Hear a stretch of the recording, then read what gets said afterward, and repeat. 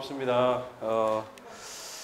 대부분이 다 초등학생들인데 저는 사실 지금 이제 사업을 하는 사람이지만 그 전에는 저는 대전에 보면 여러분들이 알만한 이제 정부 출연 연구소라는 것들이 있습니다. 대등 연구단지에 거기 보면 한국전자통신연구원, 뭐 기계연구원, 한국항공우주연구원 등 이제 굉장히 많은 이제 국가가 만든 그 연구소들이 있습니다. 저는 거기서 중에서도 이제 한국항공우주연구원이라는 곳에서 제가 16년 정도 근무를 했었습니다. 그래서 그때 나로 발사를 하기 위해서 그때 처음으로 채용이 됐었고요.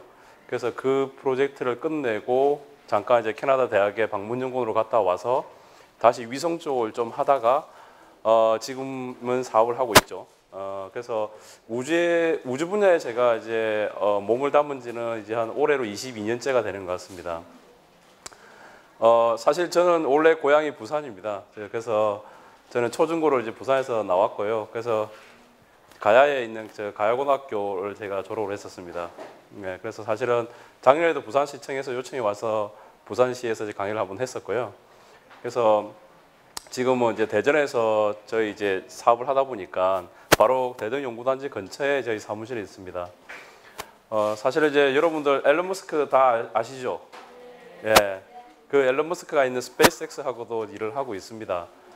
하고 있고 실제 이제 우리나라가 이렇게 우주 산업을 하거나 우주 기술을 개발하는 데 있어서 다들 이제 미국은 모든 분야에서 다 뛰어나죠. 미국은 그 미국 정부라는 든든한 아빠가 있어서 그 미국 회사들은 그 아빠를 믿고 더 레이스를 할 수가 있는 게 사실입니다. 그런데 여러분들 나중에 돌아가셔서 저희 회사를 이제 뭐 홍보하려는 건 아니고 한번 컨택이라는 걸 한번 쳐보세요. 그리고 컨택이라는 회사는 한국에 있는 회사지만 전 세계 대부분의 우주 회사들이 다 알고 있는 회사 중에 하나입니다. 당연히 우리나라에서 제가 여기는 이제 일반적인 강의이기 때문에 저희 회사 소개나 이런 걸 여치는 않았지만 여러분들 인공위성이라고 하는 게 이제 지구 주위에 막 이렇게 돌고 있죠. 지구는 어떻게 되죠? 지구는 태양 주위를 공전도 하고 스스로 어떻게 되죠? 서에서 동으로 자전도 하죠. 그런데 그 지구가 태양 주위를 돌듯이 인공위성도 지구 주위를 계속 이렇게 돌면서 고객이 요구하는 것. 예를 들어서 여러분들이 저 부산에 있는 부산역 쪽을 찍어주세요 하면 위성에서 카메라가 있어서 계속 촬영을 해줍니다. 그리고 여러분 동네를 찍어달라고 하면 여러분 동네가 5년, 10년, 15년 뒤에 어떻게 흘러가고 있는지 그런 부분에 대해서 계속 촬영을 해서 어떤 변화가 일어나고 있는지를 실제적으로 계속 모니터링 합니다. 여러분 지금 러시아랑 우크라이나하고 뭐라고 지금 전쟁하고 있죠? 근데 이제 전쟁하는 데서 가장 중요한 부분은 이제 만약에 우리가 하늘에서 정확히 이제 우주에서 적들하고 싸우는데 적들이 어떻게 움직이고 있고 그리고 적들의 전차가 어떻게 가고 있고 비행기가 어떻게 날고 있고 이걸 우주에서 계속 저는 보고 있는 거예요. 보고 있는데 이쪽 상대방이 못 보게 되면 사실 게임이 안 되겠죠. 그러니까 북한도 마찬가지죠. 북한도 뭐 어떤 일이 있으면 우리가 인공위성으로 매일 촬영을 해요. 지금도. 그러니까 한국항공우주연구원에서 운영하고 있는 위성들이 지금 이제 지구에 낮게 이렇게 도는 위성들 그런 것들을 보통 저희가 저궤도라고 불러요. 저궤도. 낮은 곳에서 이렇게 돈다고 해서 저궤도라고 부르고 그 다음에 높은 곳에서 이렇게 도는 위성들을 이제 고궤도 아니면 정지궤도라고 부릅니다. 지구가 자전을 하다 보니까 내가 똑같은 지역을 계속 찍으려고 하면 지구 자전 속도와 똑같이 맞춰서 돌아주면 항상 일정한 곳을 계속 볼 수가 있어요. 그래서 지구에서 이 위성을 볼 때는 정지해 있는 것처럼 보인다고 해서 정지궤도라고 부릅니다.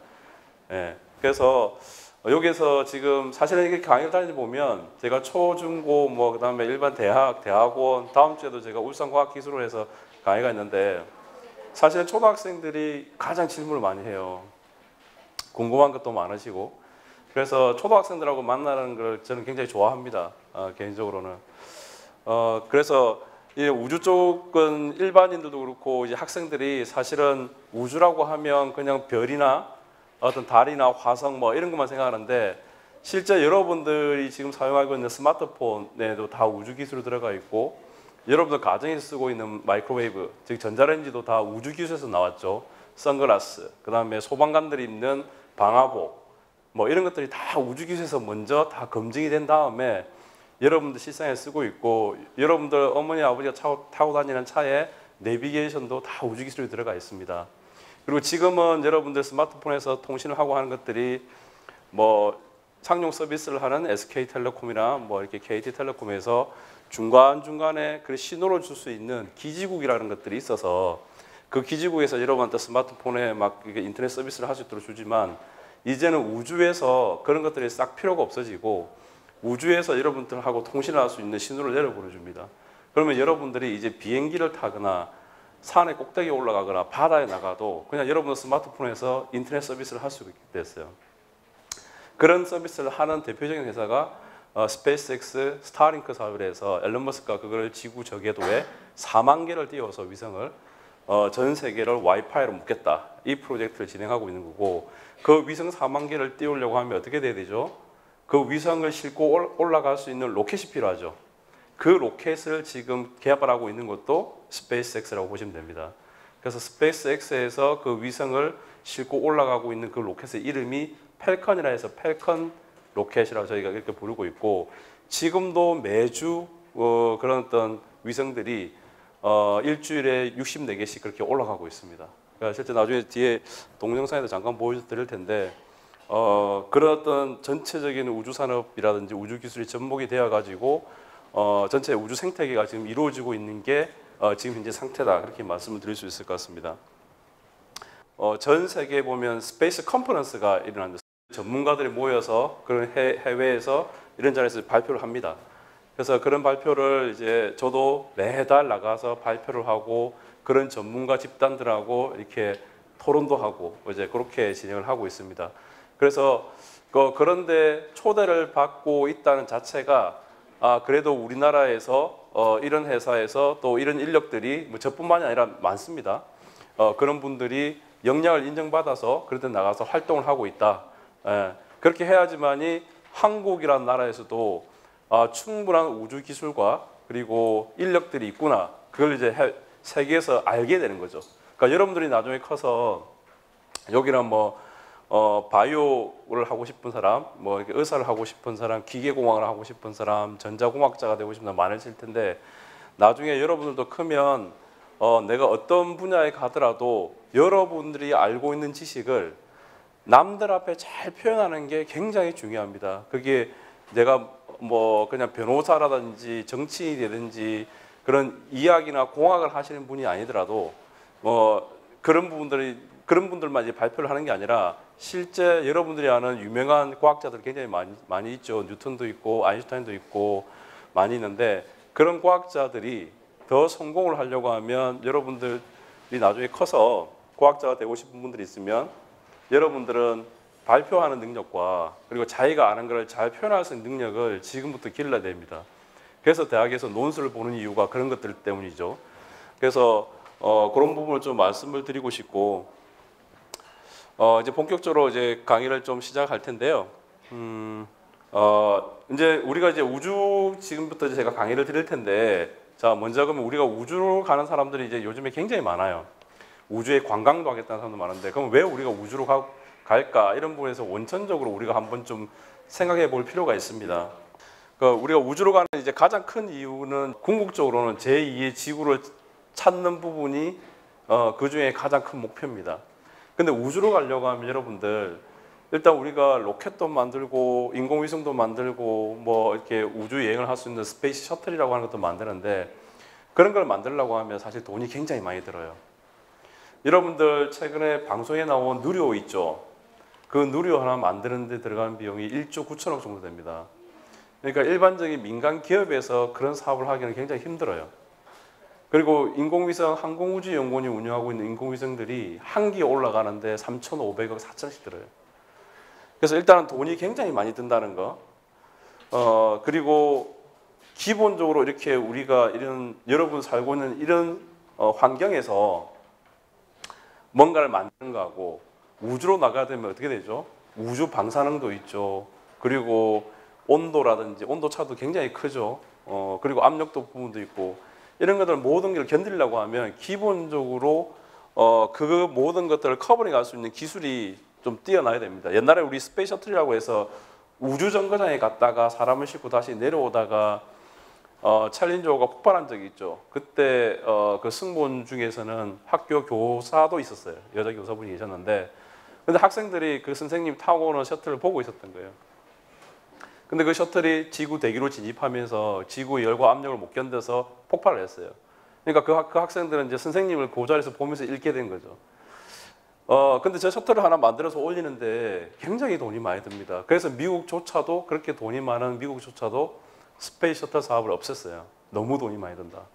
그런데 이제 그거를 민간 업체들이 하기 시작했습니다.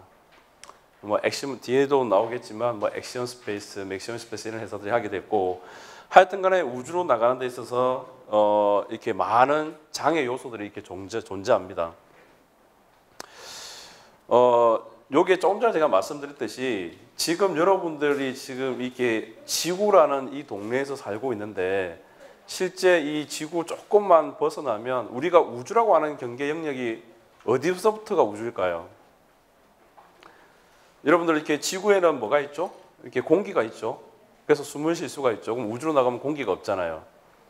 그런데 우리가 우주에는 뭐가 없죠? 또 그래비티라고 하는 중력이 없죠. 그래서 사람이 떠다닐 수가 있죠. 그럼 어디서부터 우주냐? 보통 그걸 이제 우리가 카르만 라인이라고 하는데, 카르만이라는 사람이 여기서부터 우주예요 하고 그냥 우리가 공통으로 인식하는 지역을 보통 고도 100km입니다.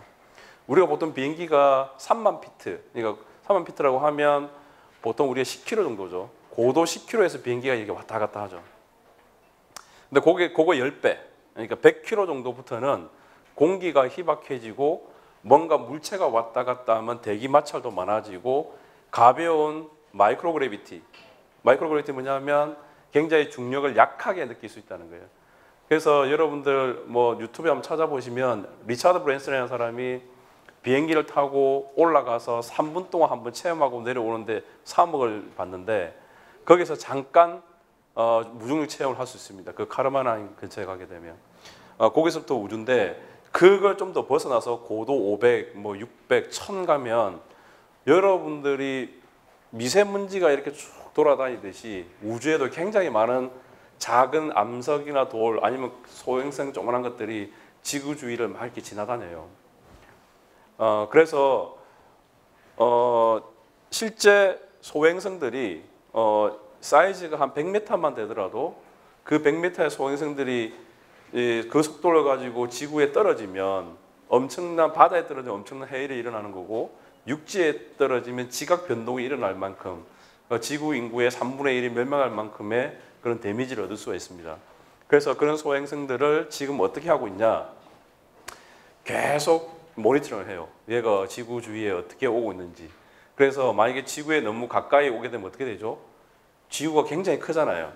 지구가 크다는 거는 뭐냐면 하나의 매스라고 하는 이 질량을 가지고 있는 얘가 얘를 잡아당기기 시작한단 말이에요.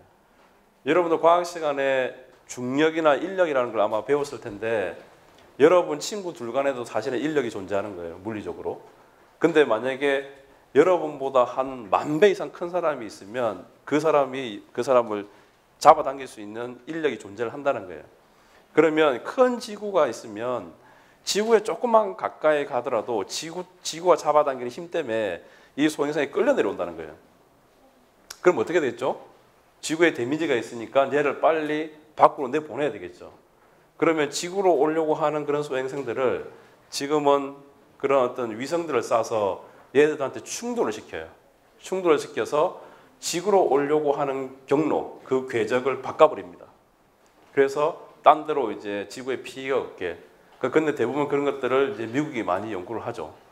예, 그만큼 향후 100년간 이렇게 지구를 이렇게 타겟팅해서 타격을 줄 수 있는 소행성들이 880개 존재하고, 그런 부분이 만약에 일어났을 때 인류가 조금이라도 살아남는 인류가 있다고 하면 그 사람들을 위해서 우리가 뭘 할 수 있을까 고민을 많이 했겠죠. 많은 과학자들과 정치인들이. 그래서 여러분들 북유럽에 보면 노르웨이라고 하는 그런 나라가 있습니다.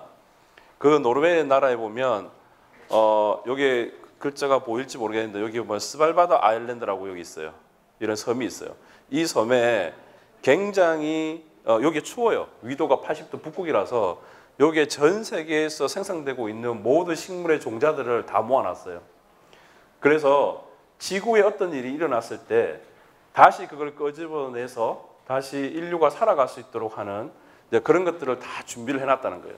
그러니까 모든 가정이 일어날 수 있다고 생각하는 거죠. 그래서 사실 여러분들이 이제 좋아할 만한 어떤 그런 여기 사진이 있는데, 옛날에 이제 아저씨가 어릴 때는 이제 은하철도 999라고 하는 이제 그런 만화 영화가 있었어요. 그래서 행성과 행성을 막 지나가면서 이제 기차 여행을, 우주 기차 여행을 하는 거죠. 근데 여기 보시면 이 할아버지가 계신데, 이 할아버지가 이제 폴란드계 구소련 과학자입니다. 저희들 입장에서는 로켓 과학의 아버지라고 하는 치올코프스키라는 분이에요. 근데 이분이 어떤 얘기를 하냐면, 근데 이분이 왜 대단하냐면, 이분이 그러니까 거의 19세기 초 그때부터 어떤 부분을 예언을 했냐면, 결국 나중에 우리가 우주 여행을 할 거다. 그걸 하기 위해서는 로켓을 만들어야 되는데, 지금 이제 우리나라는 누리호의 액체 로켓을 만들었잖아요. 액체 로켓을 무조건 만들어져야 되고 우주 엘리베이터가 만들어질 것이며 달에 달 기지를 건설할 거다 해서 다 이 부분이 이 사람이 다 예언을 했어요. 근데 그 중에서 우주 엘리베이터만 아직 안 됐지 모든 예언한 것들이 지금 다 만들어졌거든요. 근데 지금 우주 엘리베이터를 가장 빠르게 지금 컨셉을 개념을 잡아서 하고 있는 나라가 일본입니다. 그러니까 우주 엘리베이터는 진짜 이만한 이렇게 줄을 달아놓고 우주까지 엘리베이터 타고 올라가는 거예요. 그러면 우리가 이제 그때 되면 로켓이 필요가 없게 되죠. 왜? 위성을 엘리베이터 싣고 올라가서 그냥 던지면 되거든요. 여러분들 지구주에 이렇게 막 돌고 있는 인공위성들 있죠. 그런 위성들이 얼마나 빠르냐면 1초 딱 하면, 여러분들 1초 금방이죠. 1초 하면 얼마나 가 있냐면 8km 가 있어요. 그러니까 초당 8km로 돌아요. 근데 초당 8km로 도는 그런 위성들 뿐만이 아니라, 그런 위성들은 요만한 조그만 암석, 요만한 조그만 돌멩이 같은 것들이 만약에 부딪히지 보세요. 초당 8km 가는 속도로, 여러분 자동차 100km 가다가 사고 나도 사람들이 죽거나 다치죠. 근데 초당 8km면 엄청 속도이기 때문에 요만한 파티클이 위성에 부딪히면 위성이 박살이 납니다. 그래서 그런 것들을 보통 우리가 쓰레기라고 해서, 우주 쓰레기에서 스페이스 데브리스라고 해서 우주 쓰레기라고 얘기하는데, 이제 그런 것들도 이분이 다 예언도 하고 그걸 만들 준비를 해야 된다 했던 분이에요. 근데 이분이 이제 그런 것도 많이 예언을 했지만, 이분이 결국엔 제2의 지구를 찾을 수밖에 없다고 하는 그런 어떤 워딩을 남긴 게 밑에 이제 보일지 모르겠지만, 지구가 인류의 요람이지만 언제까지 우리가 그 요람에서만 살 수 없다는 말을 던진 거예요. 결국 언젠가는 우리가 지구를 벗어나서 다른 행성에서 살 수밖에 없는 그런 상태가 될 거다라고 얘기를 했던 거예요. 그리고 그 다음에 나와서 그걸 실제 실행을 하고 있는 사람이 있죠. 여러분들 좋아하는 앨런 머스크. 앨런 머스크 이 아저씨가 저랑 나이 차이가 별로 안 나요. 저보다 2살인가 많아요. 근데 이 앨런 머스크가 원래는 이 친구가 소프트웨어 엔지니어였죠. 그래서 뭐 다른 걸 창업해서 돈을 벌고 팔고 막 이런 과정이고, 원래 앨런 머스크는 여러분들이 아는 것처럼 원래 우주를 하겠다 했던 사람이 아닙니다. 러시아에서 로켓을 사가지고 와서 그냥 미국에서 서비스를 하겠다라는 생각으로 시작을 했었어요. 그래서 원래 로켓의 엔진은 사실은 러시아가 제일 잘 만들어요. 그래서 근데 러시아가 아무래도 이제 공산국가고, 그리고 인건비가 싸다 보니까 로켓 엔진, 로켓의 핵심은 엔진입니다. 그 엔진 하나 사는데 비용이 자기는 이제 엄청 싸다고 생각했던 거예요. 근데 실제 해보니까 싸긴 싼데 자기가 생각하는 만큼의 그 가격, 그 기준이 아니었기 때문에, 그러면 안 되겠다, 우리가 한번 만들어 보자고 시작한 게 스페이스X의 시초가 된 거예요. 그게 이제 99년도, 2000년도 그렇게 하면서 지금은 거의 21, 2년 만에 화성을 갈 수 있는 스타쉽이라고 하는 굉장히 큰 로켓까지 만들었죠. 근데 이분이 어떻든 간에 우주를 한번 해보고 싶다고 생각했던 가장 큰 게 뭐였냐면, 이 친구가 여러 번 만날 때 읽었던 책이 하나 있어요. 나중에 이거는 영화도 있고 한데 여러분도 한번 사보시면 될 텐데, 이 책에 이제 뭐 많은 부분이 쓰여 있지만, 이 책 중간에 어떤 얘기가 나왔냐면, 어떤 우주위원회라는 게 있어요. 지구도 있고 뭐 어디도 있겠죠. 몇 개의 우주위원회가 있는데 어떤 걸 하려고 하니 각 행성별 대표자들이 나와서 고속도로를 우주의 고속도로를 닦는데 이게 다 이제 뭐 소설이니까 고속도로를 닦는데 중간에 지구가 있는 거예요. 그래서 지구를 우회해서 고속도로를 닦을 거냐 아니면 지구를 폭파시키고 갈 거냐 이 위원회가 열린 거예요. 자, 결론은 뭐였냐면 지구를 폭파시키자는 거였어요. 그러다 보니까 이제 앨런 입장에서는 어릴 때 그 책을 보고 야, 언젠가는 진짜 지구가 어떤 요건에 의해서 없어질 수도 있겠다는 생각을 했던 것 같아요. 제 생각에는. 그래서 얘가 자꾸 화성을 테라포밍, 이제 여러분들 인터넷 찾아보면 자꾸 앨런 머스크가 화성 간다, 뭐 간다 이러는데 그럼 화성 가면 이 사람도 결국에는 뭐죠? 기업가잖아요. 돈을 버는 사람인데 내가 화성 가서 무슨 돈을 벌 수 있을까? 사실은 우리가 달을 간다 해서 돈을 벌 수 있는 게 없어요. 화성을 간다 해서 돈을 벌 수 있는 게 없습니다. 국가가 화성 프로젝트를 하거나 달 프로젝트를 하면서 국가한테 돈 받는 건 좀 있겠죠. 여러분들이 가게 가서 과자 사 먹듯이 그렇게 일반인한테 뭔가 서비스를 할 수 있는 게 없습니다. 근데 이 사람은 그냥 그게 자기 의무라고 생각하는 거예요. 그러니까 실제 스페이스X가 LA에 본사가 있는데 스페이스X를 가보면 거기서 일하는 친구들이 어떤 마인드로 일을 하고 있냐면 나는 우리 인류를 구원하기 위해서 일을 하고 있다 생각하지 그 사람들이 돈을 벌고 있다 그렇게 생각하지 않아요. 그 마인드 자체는 뭐 좋다고 저도 인정을 했는데 근데 실제적으로 그 사람들한테 가해지는 업무 강도나 그런 프레셔는 엄청납니다. 그 압박 강도가. 그래서 사실은 우리 일반인들이 보기에 앨런 머스크는 대단하다고 보지만 실제 앨런 머스크와 같이 일하는 사람들은 앨런 머스크를 좋아하는 사람이 별로 없어요. 그리고 만약에 내가 목표한 시점이 있는데 타겟팅을 해서 내가 설정을 해서 1년 안에 위성을 20개 쏴야 되는데 1년 안에 위성이 20개가 안 만들어지면 거기에 책임자 60명을 한 번에 다 그냥 다 자릅니다. 그리고 바로 다 내보내요. 그리고 그 밑에도 다시 올리고 그렇게 했더니 성과가 엄청 빨리 나오는 거예요. 6개월 만에 위성이 만들어지고. 그러니까 실제 여러분들이 아셔야 될 게 뭐냐면 우리나라가 굉장히 이 고용이 안정된 나라예요. 미국이나 캐나다는 저도 이제 캐나다에 있어봤지만 지금처럼 여러분들과 같이 밥 먹고 웃고 얘기하고 저녁에 맥주 한잔하고 하는데 내일 아침에 오면 책상 위에 옐로우 페이퍼가 있다든지 그래서 바로 그냥 집 사고 나가야 돼요.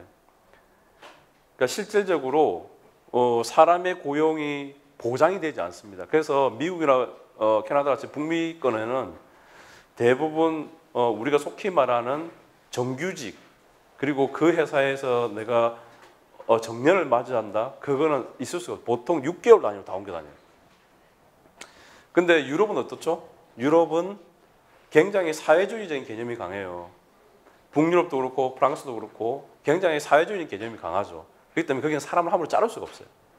그리고 사람을 내가 어떤 근거 없이 자르거나 큰 내가 어떤 잘못을 하지 않고 회사에서 그 사람을 고용을 해제한다든지 이렇게 하게 되면 워낙 그 변호사 제도라든지 이 법률 제도 잘 돼 있어서 계속 고소가 들어가고 해서도 피곤한 거예요. 근데 우리나라 같은 경우에는 지금 옛날에 IMF 이후로 지금 우리나라는 제가 볼 때는 저도 이제 기억을 하고 저희 직원이 한 100명 정도 있는데 함부로 직원들한테 말도 못할 뿐더러 그리고 함부로 직원들을 다룰 수가 없습니다.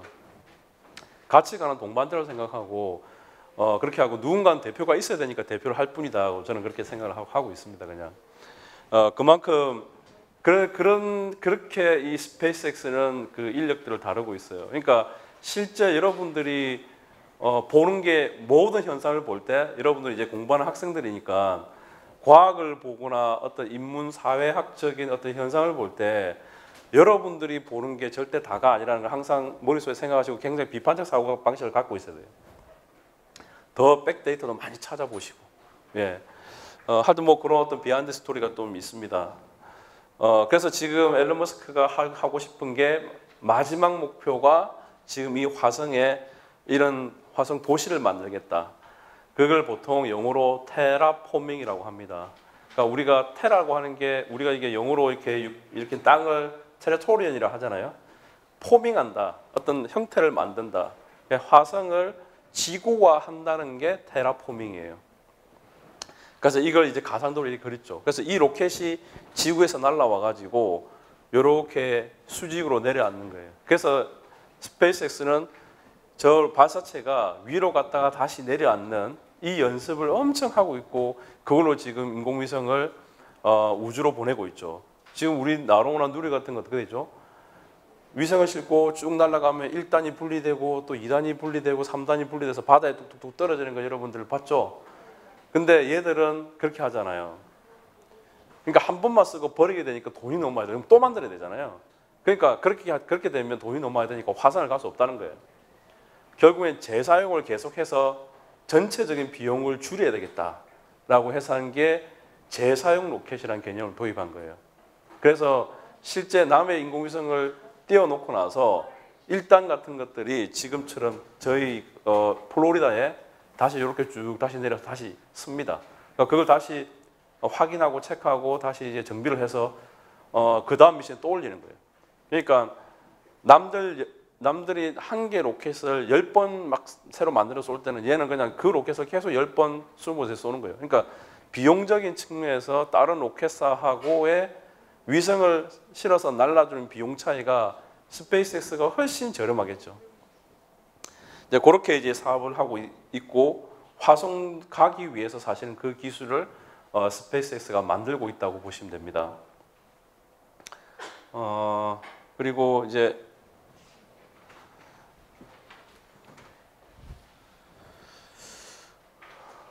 그러니까 실제 이제 우리가 이제 우주 탐험을 하면서 많은 과학자들이 얘기하는데 학생들한테 이제 반드시 좀 저도 항상 이제 많이 말씀드리는 것 중에 하나가 이제 우주가 나왔으니까 하는 얘기인데 요 밑줄을 보면 아시겠지만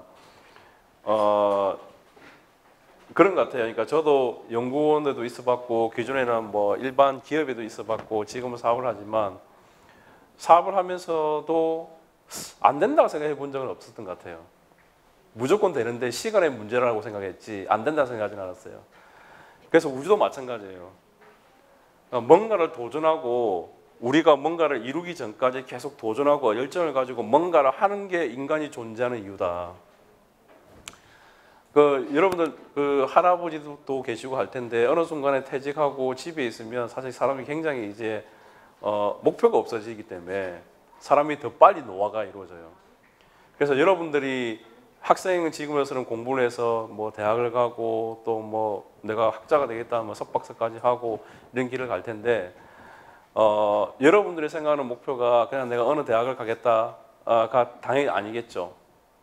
그 이후에 내가 어떤 사람이 되겠다. 의사가 된다고 하면 어떤 의사가 되겠다라는 생각이 있어야 되는 거고 과학자가 된다고 하면 그 분야에서 내가 어떤 과학자가 되겠다.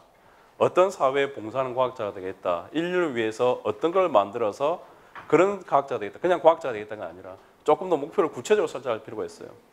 그러면 도전 의식이 굉장히 단계별로 계속 만들어집니다. 그래서 우리가 우주를 하는 사람들은 계속 도전의 연속이에요. 그러다 보니까 사실 지금까지 이런 우주 부분도 뭐 발전이 되어 오지 않았나 이제 그렇게 생각을 합니다. 자, 그러면 제가 앞에 계략적으로 우리가 우주에 왜 가야 되는지 그리고 우주에 어떤 일이 일어나고 있는지를 잠깐 설명을 드렸으면 이제 여러분 실생활에 들어와서 어떤 우주 산업, 우주에 관련된 기술을 가지고 어떤 우리 삶의 혜택을 받을 수 있는지 그런 부분을 하나씩 좀 보겠습니다. 여기 보면 스페이스 앞에 영어로 new라고 하는 게 더 있죠. 뭐 스페이스면 스페이스지 왜 뉴 스페이스라고 부를까? 이 뉴 스페이스라고 하는 앞에 new가 더 붙었던 게 사실 얼마 안 됩니다. 한 2010년, 11년 정도부터 이 뉴 스페이스라는 용어가 나오게 됐어요. 그럼 그전에는 뭐예요? 그전에는 그냥 스페이스였는데 뉴 스페이스가 나오니까 그전 스페이스는 올드 스페이스가 되겠죠. 자, 뉴 스페이스와 올드 스페이스의 가장 큰 차이는 이 그림으로 얘기를 드릴 수 있을 것 같아요. 제가 아까 소두에 이런 말씀을 드렸죠. 우리가 이렇게 누리호처럼 이렇게 큰 로켓, 이건 누리호보다 크죠. 이런 로켓을 만들고 이런 인공위성을 만드는 데 들어간 돈이 거의 2조 가까이 아니면 뭐 3,500억, 4,000억씩 들었죠. 그리고 전통적으로 이런 것들을 잘하는 회사들이 있습니다. 여러분들이 타고 다니는 비행기 만드는 보잉사, 뭐 에어버스사, 그다음에 뭐 로키드 마틴사 이런 애들, 그리고 국가 우주청들의 이런 일을 했었어요. 그러니까 국가가 돈을 가지고 했단 말이에요. 그런데 어느 순간에 다른 산업 분야의 기술이 굉장히 고도화가 돼버렸어요. 우리나라 삼성이라는 기업이 가장 잘하는 게 뭐죠? 반도체죠. 이제 우주 반도체도 만들어지고 있는데, 반도체도 그냥 여기서 일반적으로 여러분 컴퓨터에 쓰는 반도체를 만드는데 너무 질이 좋다 보니까 위성에 실었는데도 우주에 가도 잘 돌아가더라는 거예요. 그러다 보니까 우주로 가는 비용이 굉장히 낮춰졌어요. 그리고 옛날에 이렇게 큰 위성 만드는 게 지금은 여러분들 가정에 있는 노트북 사이즈 위성 있죠. 노트북 사이즈만한 크기로 이제 위성을 만들 수 있게 됐어요. 모든 소자들이나 그런 어떤 부품들이 작아지게 되니까 위성을 크게 만들 필요가 없게 되고, 여러분들이 갖고 있는 스마트폰에 카메라를 달아서 올려서 찍어봤더니 영상이 생각보다 잘 나오더라는 거예요. 자, 그랬더니 3,500원짜리 위성 안 만들고 5억짜리, 10억짜리 위성이 만들어질 수 있게 된 거예요. 그러니까 저는 이제 이렇게 강연 다니면 앞으로 여러분들 1인 1위성 시대가 올 수도 있다라고 얘기해요. 그러니까 학생들이 만약에 관심이 있으면 지금도 여러분들이 나 위성 한번 만들어 보고 싶어 이러면 진짜 저렴하게는 이제 깡통 위성도 하나 만들어 보는데 뭐 한 몇백만 원이면 만들 수도 있어요. 그러니까 보통 이제 의미 있게 뭔가 이용할 수 있는 위성을 만들려고 하면 최소로 뭐 3억에서 5억 정도는 들죠. 그러다 보니까 전체적인 비용이 너무 낮아진 거예요. 그리고 위성이 작아지다 보니까 내가 이렇게 큰 발사체가 필요가 없는 거예요. 조그만 로켓으로 얘를 페어링이 있는 요게 실어서 쏠 수 있게 되니까, 옛날에는 이런 큰 위성을 이런 발사체 한번 쏘는 데 들어가는 비용이 내 거 하나 쏴주세요 하면 이제 700억 정도 줘야 돼요. 그리고 이 발사체는 이런 위성들을 이제 몇 개씩 싣고 올라가는 거죠. 근데 지금은 제 거 하나 쏴주세요 이렇게 해서 하면 킬로그램당 10,000불이기 때문에 1kg를 쏘는데 그냥 1,000만 원 주면 돼요. 그러니까 내가 10kg짜리 위성을 만들었으면 1억만 주면 내 걸 쏴준다는 거예요. 그리고 이런 로켓을 만드는 회사가 굉장히 많아졌어요. 자, 그러면 과거에 지금 우리가 한국에서 쏘고 있는 그 누리호들은 발사대라고 하는 게 로켓을 이렇게 딱 놓고 이렇게 발사를 하잖아요. 근데 이제 그렇게 해도 발사 안 해요. 여기에 보시면 이렇게 동그란 게 있고 이렇게 굴뚝 같은 게 있죠. 그래서 여러분들 이제 과학 시간에 그런 걸 배웠을 거예요. 이제 줄넘기를 하는데 저희도 어릴 때 많이 했던 거, 줄넘기를 이렇게 돌리잖아요. 돌려서 일정한 속도가 계속 돌아가야지 줄넘기가 땅에 안 떨어지죠. 근데 속도를 더 높일 수가 있겠죠. 더 빨리 돌리면. 그러면 이제 이 자체가 계속 이제 이런 회전 운동력에 의해서 속도가 나니까 어느 순간에 내가 속도를 줄였을 때와 속도를 더 빨리 했을 때 갑자기 이걸 딱 놔버리면 날아가는 거리가 달라지죠. 그거 똑같은 거예요. 이 판에 엄청난 회전을 씌우는 거예요. 그러니까 수십만 RPM으로 얘를 돌리는 거예요. 돌려서 어느 정도 됐을 때 이제 툭 놔버리는 거죠. 놓게 되면 이렇게 돌려서 이 굴뚝 같은 데를 로켓을 쑥 쏘는 거예요. 그러면 아무런 연료를 안 쓰더라도 고도 50km까지 올라가요. 자, 그래 되면 뭐가 좋냐? 여러분들이 아는 그 누리호 있죠? 그 누리호 보면 이게 이제 누리호라고 보면 누리호의 무게의 90%가 연료와 우주에 가면은 공기가 없기 때문에 산소를 압축을 시켜서 그걸 액체로 만듭니다. 그래서 그걸 보통 우리가 액화산소라고 하는데, 그 액화산소 이만큼과 연료, 케로신, 순수 등유를 실어서 올라가는데, 왜 우주에는 공기가 없으니까 산소를 싣고 산소를 계속 기화를 시켜서 같이 태워주는 거죠. 그 무게가 이 로켓 무게의 90%예요. 자, 그럼 만약에 그거를 지금 이 땅에서 우리가 중력이 가장 세요. 근데 내가 회전을 시켜서 그 중력을 이겨내서 50km까지 그냥 아무런 연료를 안 쓰고 가면 연료 양을 줄일 수 있겠죠. 연료 양이 줄어든다는 것은 뭐냐면 그 무게를 그만큼 뺐기 때문에 인공위성을 더 많이 실을 수가 있어요. 그러면 기존에 10개 실었던 거를 내가 한 30개, 40개를 더 실을 수 있는 거예요. 그렇게 되면 내가 위성을 하나 발사해 달라고 하는 단가를 줄일 수 있고, 그 기업이 더 많은 어떤 그 강점을 가지고 그 시장에서 서바이벌하면서 살아남을 수 있겠죠. 그렇게 그런 아이디어로 만든 회사가 있습니다. 렐러티브 스페이스라고 미국에. 그리고 이렇게 아예 그물 로켓을 풍선에 매달아 가지고 고도 30km까지 올라간 다음에 고도 30km에서 엔진을 점화시켜서 올라가자 해서 큰 풍선을 만들어서 그 여기에 이제 헬륨 가스를 넣어 가지고 발사체를 들고 올라가서 거기서 발사하는 거라는 거예요. 그러니까 굉장히 많은 아이디어를 가지고 로켓을 지금 만들고 있다. 그렇게 이해를 하시면 됩니다. 그래서 올드 스페이스라고 하는 부분은 주로 이렇게 많은 국가들이 했던 산업을 보통 이제 올드 스페이스라고 하면 이제는 지금 여러분 보이도 않을 텐데 여기 보시면 컴퍼니 해서 회사들이 전 세계 우주 관련돼서 일어나는 회사들이 10,000개가 있어요.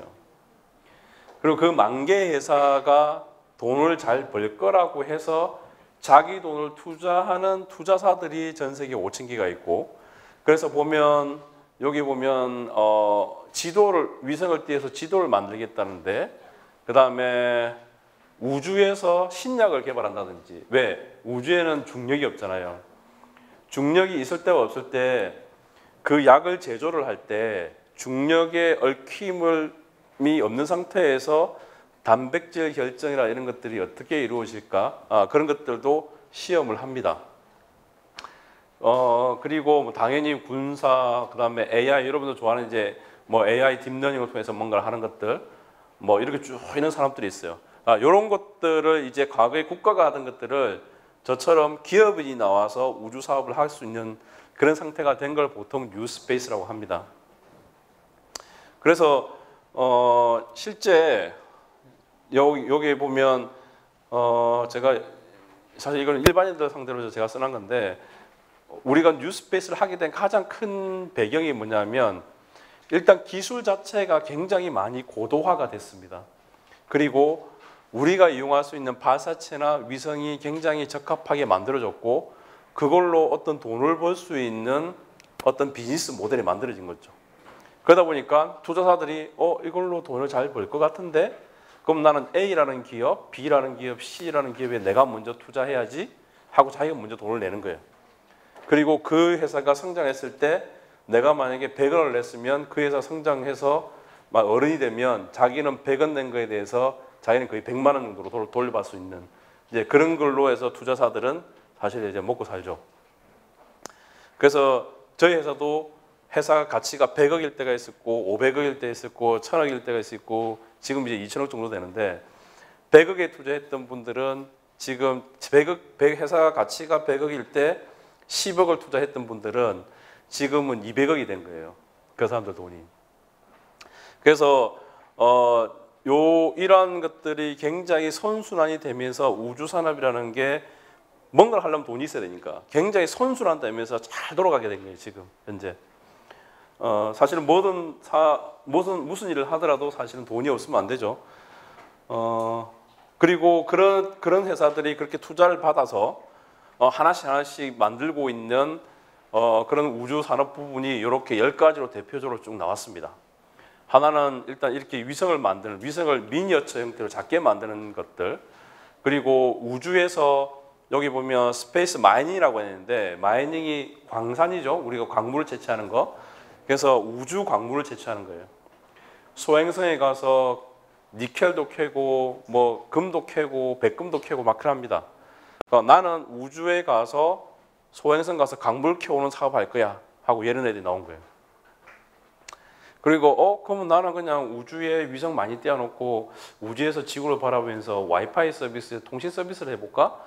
해서 나온 애들도 막 생겨갖고 그러면 나는 그 데이터를 이용해서 뭔가 다른 걸 한번 이렇게 조합을 해서 데이터로 어떤 사업을 해볼까 하는 회사도 생겨나게 됐고요. 그리고 이제 위성이 많아지고 로켓이 많이 올라가다 보니까 여러분 도로에 자동차가 있듯이 우주에도 얘들을 관리를 해줄 수 있는 스페이스 트래픽, 우주 교통 관제가 필요하겠다 해서 우주 교통 관제를 하겠다는 회사도 막 생겨난 거예요. 우리가 상상할 수도 없는 굉장한 많은 일들이 우주공간에서 지금 일어나고 있습니다. 그리고 최근에 아까 제가 좀 말씀드렸듯이 국제우주정거장이라고 하는 International Space Station이라고 하는 ISS가 과거에는 국가들이 모여서 돈을 내서 만들어서 그 우주정거장에서 시험도 하고 여러 가지 실험도 하고 막 했었어요. 그런데 그 국제우주정거장이 이제 2025년이 되면 이제 수명을 다하고 이제 각 국가들끼리 돈을 내서 하지 말자고 된 거예요. 더 이상. 그러다 보니까 그러면 내가 돈을 투자를 많이 받았고 내가 돈이 많으니 그리고 그 기술을 갖고 있으니 내가 해볼게 하고 나온 회사가 여기 보면 엑시온 스페이스라고 하는 회사가 생겨났어요. 그래서 실제 우리나라에 보강제약이라는 제약회사가 있습니다. 그 보강제약의 제약회사가 이 엑시온 스페이스에 370억 정도 투자를 했어요. 그러니까 처음에는 왜 제약회사가 이런 회사에 투자를 했지라고 생각을 했는데 아까 제가 말씀드렸듯이 여기 보면 이런 모듈들 있죠. 여기 이제 우주 호텔이에요. 관광도 할 수 있고 요 안에서 신약 개발에 대한 시험을 하겠다는 거예요. 보강제약이. 그러니까 선제적으로 투자를 했던 거죠. 그래서 굉장히 많은 투자를 받았고 뒤에 보시면 또 있는데 시에라 스페이스라는 회사도 똑같이 우주 상업용 우주 정거장을 만들고 요게 호텔이에요. 여기서. 그리고 이 호텔에 사람을 실어나는 드림 체이스라고 하는 이런 우주선을 만들었어요. 만들어서 여기 6명이 타거든요. 승무원 2명하고 이제 일반인들 6명이 타는데 특별하게 우주인이 되겠다고 해서 교육을 받을 필요도 없습니다. 예, 받을 필요도 없고 뭐 기본적인 이제 교육은 받겠죠. 그 다음에 여기 올라가서 이렇게 도킹을 해요. 얘들이 이제 이렇게 해서 여기 쭉 도킹을 하거든요. 도킹해서 여기서 사는 거예요. 그래서 2주 정도 이제 우주 정거장에서 살고 여러 가지 뭐 체험도 하고 하는데 아직까지는 좀 비용이 비쌉니다. 한 사람당 하나로 따지면 650억? 650억에서 900억 정도를 내야지 이제 여기서 2주 동안 체험을 할 수 있어요. 근데 지금 앨런 머스크가 만든 스페이스X가 달에 이제 가서 달 체험을 하는 것들 모집을 했죠. 모집을 해서 그 달에 가겠다고 하는 첫 번째 고객이 일본에 있는 굉장히 돈 많은 기업가가 가죠. 근데 그게 가는데 자기랑 친한 사람들을 몇 명을 이제 자기가 같이 데리고 가는 거예요. 제가 알기로는 그 중에 한 명도 우리나라 연예인 중에 한 명이 돼 있는 걸로 알고 있어요. 그때 빅뱅의 누구던데 제가 기억이 안 나네요. 예? 탑인가요? 예. 그 친구가 가는 걸로 저는 알고 있습니다. 그리고 나중에 여기서 지금 우리 그 톰 크루즈가 여기서 아마 촬영하는 게 있어요. 우주정거장에서.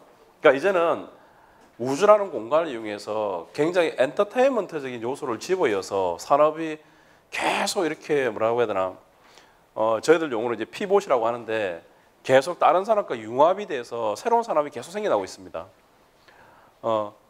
그래서 지금 아까도 말씀드렸지만 뭐 650억, 뭐 900억 들어서 지금 가기 힘들죠. 그런데 아마 이 가격이 많이 떨어질 거예요. 뒤에 있는지 잘 모르겠는데 여기 있네요. 지금 아까 제가 말씀드렸듯이 이거는 이제 시에라 스페이스 이런 우주선이 있죠. 근데 독일이나 이런 애들도 막 이걸 만들기 시작했어요. 비행기랑 비슷하게 생겼잖아요. 그러니까 결국에 나중에는 얘들이 우주 관광, 여러분들이 지금 어머니 아버지하고 하와이 여행 가거나 동남아 여행 갈 때 비행기 타고 가듯이 이제는 우주 여행을 올해 말에는 우리 지구 저궤도에 가서 한 일주일 있다 올까? 이 여행이 세워질 수 있다는 거죠. 예. 근데 그 가격이 뭐 제가 보기에는 한 10년 내에 그래도 인당 한 1억 내로 떨어지지 않겠나라고 생각이 듭니다. 근데 그런 시대가 곧 오고 여러분들 막 어느 순간 보면 막 날아다니는 자동차들 있잖아요. 빌딩과 빌딩 올라가고 그걸 보통 지금 우리가 UAM이라 해서 실제 현대자동차가 그런 부분을 막 하고 있죠. 그러니까 나중에는 결국 여러분들 이런 회사들하고 계약을 맺어서 아마 하나투어 있죠, 여러분들. 하나투어가 이런 애들하고 계약을 맺어가지고 우주 여행 서비스를 곧 할 겁니다. 그래서 나중에 여러분들께서 잘 보세요. 이제 부모님들은 그런 시점이 오면 하나투어 주식을 빨리 사셔야 돼요. 예. 그리고 이런 경험을 한번 해본 거와 안 해본 거는 참 굉장히 많은 차이가 있죠, 사실은. 여기 동영상이 하나 있는데 여기 좀 영어로 되어 있긴 한데 그냥 전체적인 영상만 한번 보십시오.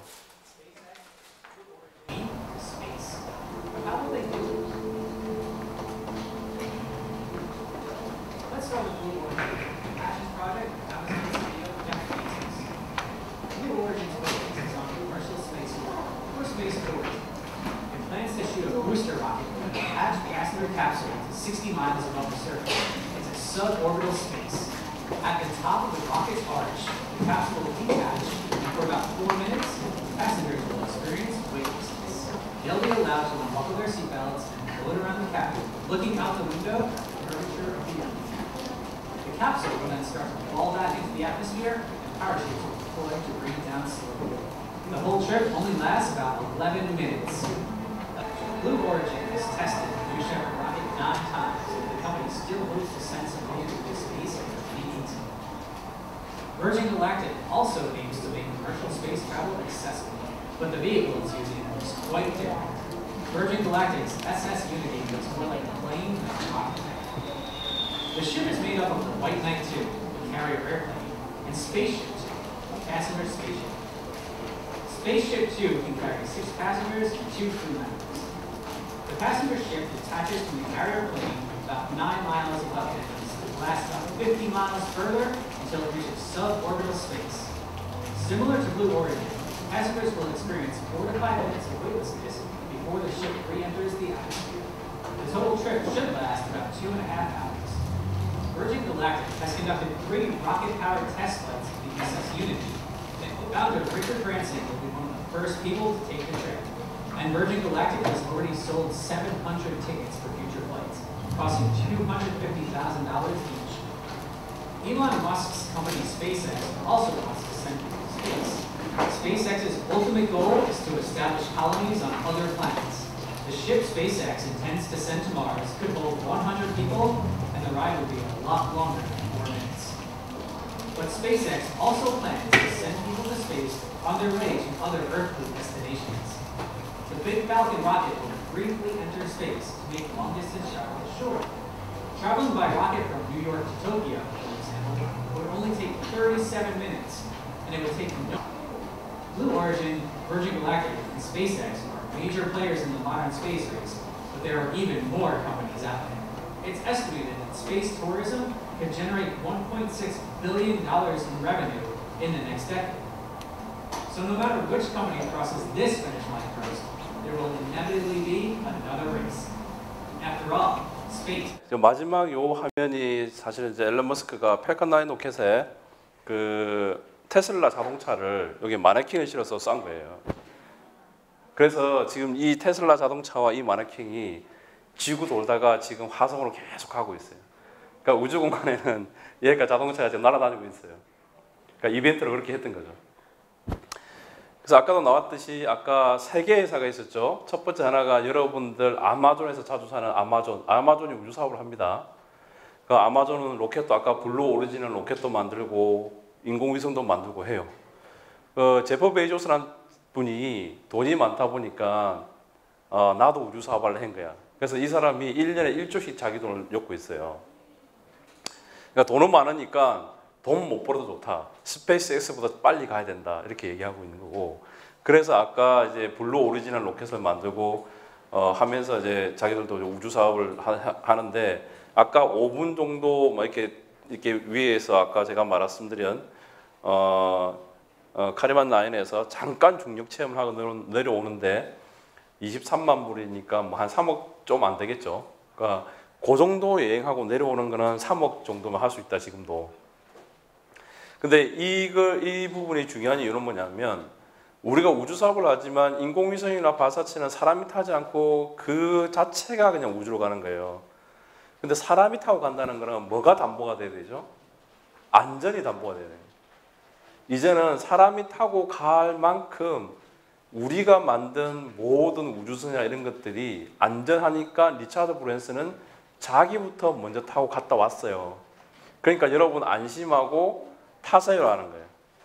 이제 그만큼 이제 우주 기술이 사람을 태우고 왔다 갔다 할 정도로 모든 것들이 상용 회사가 하더라도 안전하니까 한번 트라이를 한번 해보십시오라고 하는 거예요. 그러니까 그만큼 지금 이제 우주 쪽은 여러분들이 뭐 위성, 뭐 발사체 이런 것만 생각하지만 실제 이제 우주 관광이라고 하는 부분이 모든 우주 기술의 복합체입니다. 그래서 거기서 실질적으로 모든 비즈니스가 이제 일어나기 시작하고 있다고 보시면 될 것 같고, 그러면 조금 더 상세하게 우리가 우주 산업이 진짜 어떻게 일어나고 있는지를 구체적으로 좀 이제 한 번씩 보겠습니다. 여러분들 많은 부분들이 있는데 많은 이제 산업들이 있죠. 뭐 반도체 산업, 전자 산업, 배, 조선, 뭐 자동 산업이 있는데 우주 산업은 재작년까지만 해도 여기에 469조 정도 됩니다. 시장이.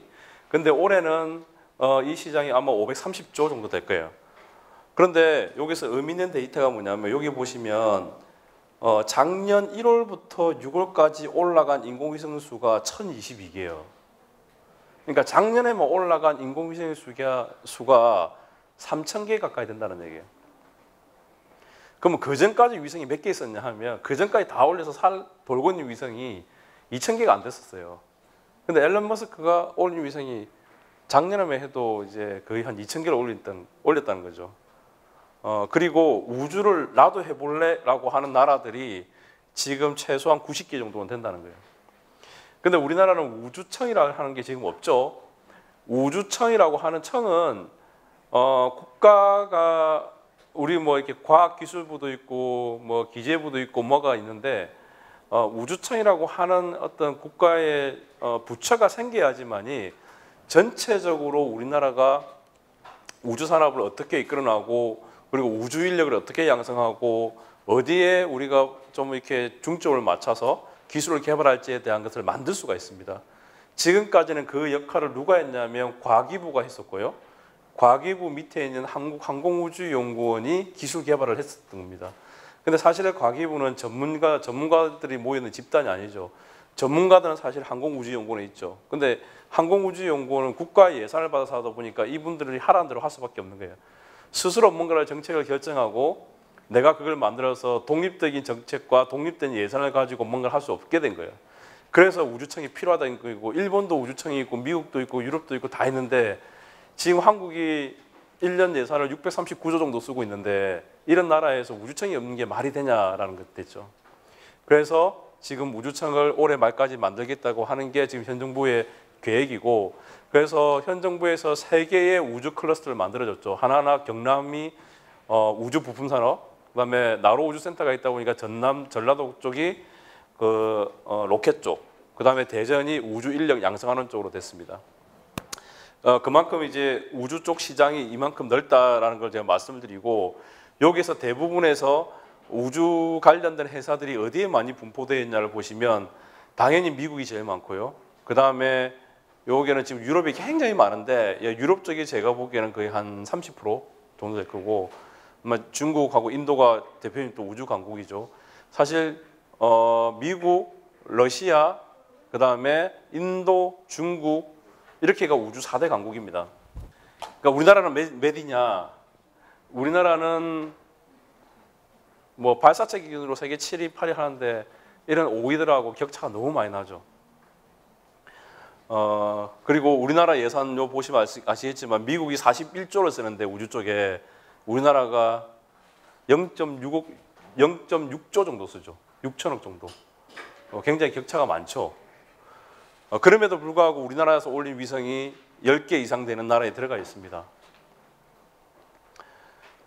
그리고 그러면 이제 이런 예산을 가지고 우리나라가 하는 게 실질적으로 우리나라뿐만 아니라 전 세계에서 어떤 것들을 하냐면 인공위성을 이용해서 이렇게 통신 서비스도 하고 아까 말씀드렸던 스페이스X처럼 그리고 그런 스페이스X가 통신 서비스를 하기 위해서 위성을 아까도 제가 일주일에 60몇 개씩 올린다고 했는데 여기 보시면 인공위성이 이렇게 쭉 날아가고 있죠. 이게 패컨 9 로켓에 실어서 위성을 쫙 쏘면 펠컨 9 로켓에 위성이 이렇게 적체해서 쫙 이렇게 쌓여 있어요. 우리가 물건 샀듯이 쌓아놓고 자 이제 여기서부터 떨어뜨려 줄게요 하면 이제 위성을 총 쏘듯이 탁탁탁 쏴줘요. 쏘면 얘들이 이렇게 줄지어서 쭉 날아가는 거예요. 여기 이제 중동에서 찍은 영상이에요. 그래서 여러분 스마트폰으로 한 번씩 강원도나 이제 제주도를 가서 이렇게 하늘에 대놓고 줌을 쭉 해서 갑자기 막 빨리 지나가는 것들이 있어요. 비행기들은 자기들이 가면서 깜빡깜빡 빛을 내죠. 근데 인공위성 자체는 빛을 내는 게 없습니다. 햇빛에 반사돼서 반사된 것들이 보이는 거죠. 근데 굉장히 빨리 지나가요. 그러니까 지금처럼 이렇게 매주 64개씩 인공위성을 쏘고 있고 중동에서 맑은 하늘에 보면 이렇게 참 잘 보입니다. 그래서 지금 스페이스처럼 이렇게 일을 하는 회사들이 뭐 유럽의 원넷, 캐나다의 텔레셋, 아마존 이런 애들도 똑같이 자기들도 와이파이 서비스를 하겠다라고 하는 회사들이 있고 또 하나는 뭐냐면 이제 지구를 찍는 회사들 카메라를 달아서 자 여기 보시면 지구가 알아서 자전을 하죠. 서해수동에서 동으로. 근데 이제 위성만 북극과 남극을 계속 이렇게 돌게 만들면 지구가 알아서 돌아주니까 전 지구를 다 찍을 수 있겠죠. 그리고 우리나라처럼 이렇게 중위도에 있는 지방들은 중위도에 있는 지방 지역에 더 잘 찍기 위해서 이렇게 경사궤도로 위성을 돌립니다. 그래서 지구가 알아서 서해동으로 자전을 해주니까 얘는 북극과 남극만 돌게 해주면 계속 지구를 찍는 거예요. 그래서 한 바퀴 도는데 96분 정도 걸려요. 지구를 한 바퀴 도는데. 그래서 하루에 지구를 뭐 14번, 15번 돌아요. 그래서 계속 찍는 거예요. 찍어서 내려보내주고, 찍어서 내려보내주고. 이제 그런 사업을 하는 회사들이 많고 저희 회사도 그런 사업을 하고 있습니다. 그래서 그렇게 찍은 영상을 어디에 활용하느냐? 여러분들 이제 부모님 타고 다니는 차에 자율주행하는 이렇게 맵도 만들어요. 이렇게 지도도 만들고요.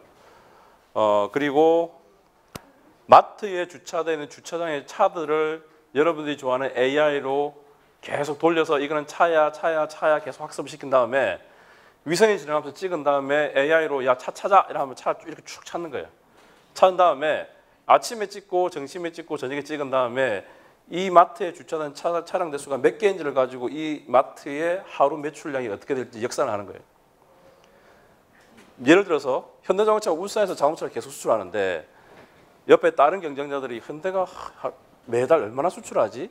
아니면 노르웨이 항구에서 뭐 유럽차는 얼마 수출하지? 알고 싶으면 내가 안 가도 그냥 위성 지나가면서 그냥 찍어서 몇 대씩만 관측만 하면 돼요. 그리고 트럭이 몇 대 나가는지, 승용차가 몇 대 나가는지를 위성에서 다 파악할 수 있다는 거예요. 그래서 예전에 북한 같은 경우에는 김정일이가 뭐 하고 있는지를 진짜 이렇게 CCTV 보듯이 보고 있다는 게 인공위성에서는 고도에 따라 다르지만 15cm, 10cm까지의 물체를 파악할 수 있어요. 그래서 어떤 싸움이 일어나도 위성을 많이 갖고 있는 나라에는 사실은 대응할 수가 없죠. 지금 소련이 그렇게 러시아가 고전하고 있는 이유도 모든 전략적인 물자를 우크라이나에 지원해주고 있기 때문에 우리나라에도 그 위성 영상을 공급해달라고 우크라이나에서 연락이 왔었고요.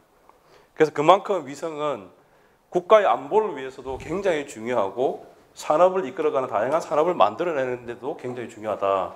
말씀드리고 지금 또 말씀드렸듯이 컨테이너에 배가 싣고 얼만큼 많이 나가고 있는 것도 파악을 해서 물동량 분석도 할 수 있다.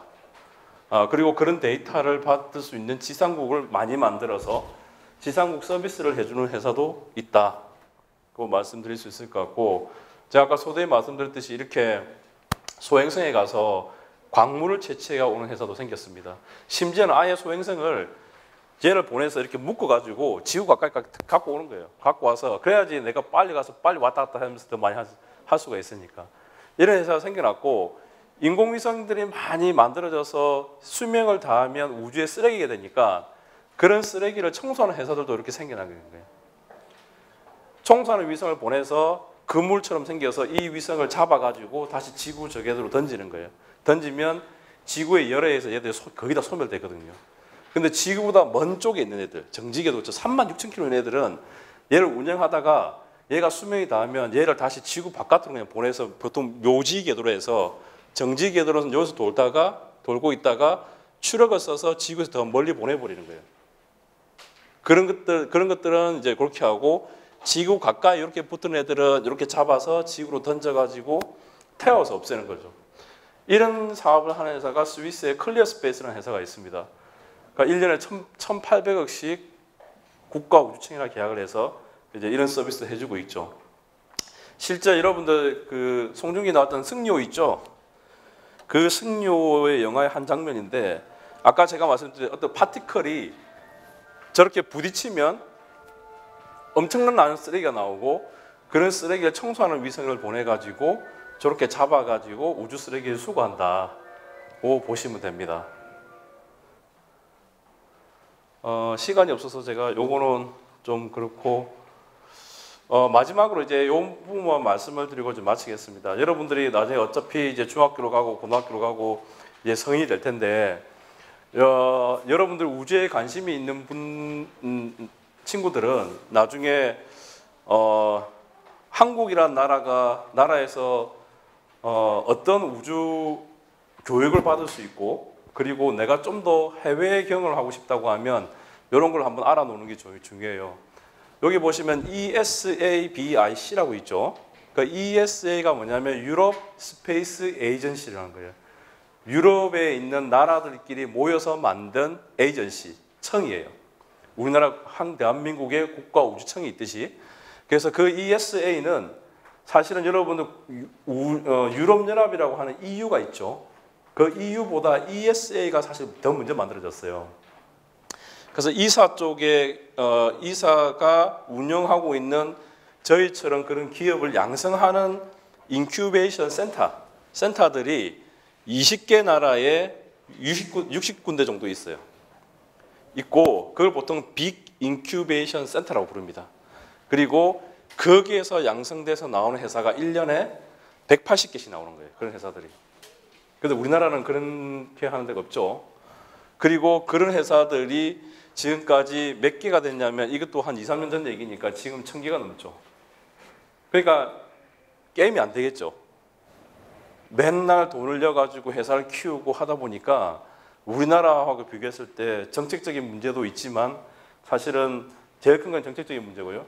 그래서 만약에 여러분들이 커서 내가 뭐 아마 우주뿐만 아니라 다른 데도 있을 것 같은데 내가 이런 데 가서 공부를 하고 싶다 아니면 내가 거기 가서 한번 사업을 하고 싶다 하면 내가 그게 신청서를 내고요. 지금처럼 여기서 나와서 발표를 하고 통과가 되면 저는 유럽에 있는 이사 빅 인큐베이션 센터 영국 지점으로 갈 거예요. 가고 싶어요. 저는 벨기에로 가고 싶어요. 저는 프랑스로 가고 싶어요. 오스트리아 가고 싶어요. 선택을 하면 그거 다 보내줘요. 보내주고 여러분이 사업을 하겠다고 하면 이 이사에서 일단 우리나라 돈으로 한 2억 6천을 줘요. 20만 유로를 주니까 20만 유로를 받고 사무실도 4-5명이 이용할 수 있는 공간도 주고 네가 아직까지 돈 못 버니까 돈 벌 수 있는 먹거리도 갖다 줘요. 그렇게 키우고 있어요. 그렇게. 그러니까 사실은 제가 이 얘기를 정부에 굉장히 많이 하는데 그렇게 할 수 있는 기회가 존재합니다. 그리고 여기 보면 B612에서 많이 봤죠? 어린 왕자 소행성에 나오는 이름 B612죠. 그래서 여기에 들어온 친구들이 우주기업으로서는 어린 왕자 같은 애라고 해서 이 건물 이름을 B612로 지은 거예요. 그리고 요 앞에 창문을 열면 알만한 큰 대기업들, 탈레스, 뭐 에어버스, 프랑스 국가 우주청이 이 뜰 밑으로 쫙 보여요. 그러니까 나도 잘 돼서 저런 애처럼 돼야 되겠다는 막 그런 힘을 심어주는 거죠. 그러니까 전략도 굉장히 잘 짰어요. 그리고 저희 유럽 지사도 지금 여기 있는데 점심때면 아니면 브레이크 타임에 서로 이렇게 모여서 얘기해요. 우리 옆방은 로켓 만드는 애, 우리 앞방은 위성 만드는 애, 그 옆에 방은 위성에 들어가는 솔라 패널 만드는 애.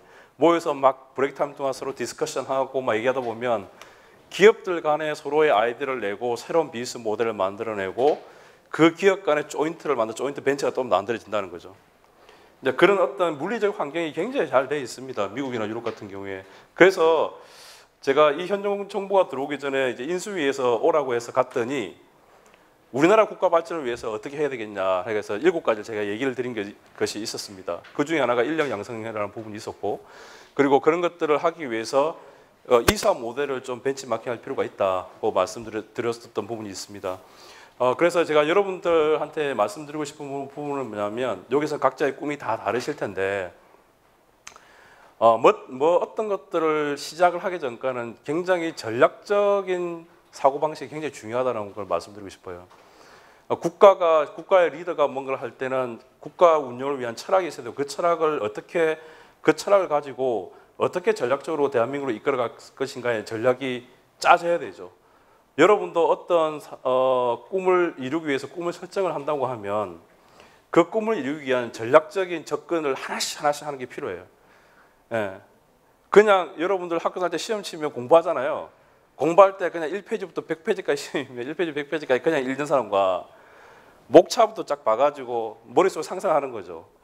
우리가 2단원까지 시험이니까 1단원의 대제목이 뭐고 소제목이 뭐고 2단원의 대제목이 뭔데 이런 흐름으로 가서 이쪽 다 각각의 서브 단원에서는 뭘 말하려고 하는갑다라는 것을 머릿속에 예측을 하고 이제 읽기 시작하는 사람과 시험을 치면 다르겠죠. 그 중에서는 공부 꼭 안 해도 되는 거 시험이 안 나올 것 같은 거는 바쁘면 안 봐도 되잖아요. 그러니까 공부를 해도 그렇고 사람을 만나도 그렇고 내가 꿈을 위해서도 그렇고 항상 뭔가를 할 때는 머릿속에 전략적으로 뭔가를 정리를 하고 들어가야지만이 지금 세상에서는 서바이벌에 살아남을 수 있다. 그리고 지금 자라나는 여러분들 같은 경우에는 그런 부분들에 대한 학습을 공부를 할 때부터 그리고 뭔가를 학교 생활을 할 때부터 항상 머릿속에 그걸 가지고 생활을 해야지만이 여러분들이 세계 시장에 나갔을 때 경쟁력 있는 사람이 될 수 있다. 이런 말씀을 좀 드리고 싶고 마지막으로 여러분들이 혹시나 저희 회사가 이렇게 학생들 뽑아서 저희가 같이 플로리다에 저희 로켓 위성 올라갈 때 방문을 시켜줘요. 그래서 저희가 작년에 그런 이벤트를 했었고 국가 공무원 자녀분들 특히 소방관, 경찰, 군인 공무원 자녀분들은 10명을 뽑아서 저희가 공짜로 데리고 갑니다. 그래서 혹시나 이런 쪽에 이제 진짜 컨택이 가서 우주가 어떤 건지 궁금해하시면 저희 회사에 언제든지 방문해서 저희 위성 관제실도 있고 그리고 제주도에 저희가 에이시안 스페이스 파크라는 걸 짓고 있습니다. 그리고 와서 일반인들 학생들 다 무료예요. 그냥 보시면 저희가 설명 잘 해드리고 하니까 관심이 있으신 분들은 언제든지 편하게 연락 주시면 또 그때 뭐 제가 설명을 드리든 아니면 저희 임원분들이 설명을 드리든 그렇게 하도록 하겠습니다. 그래서 장시간 고생하셨고요. 언제든지 뭐 필요한 질문 있으시면 연락 주시기 바랍니다. 고맙습니다.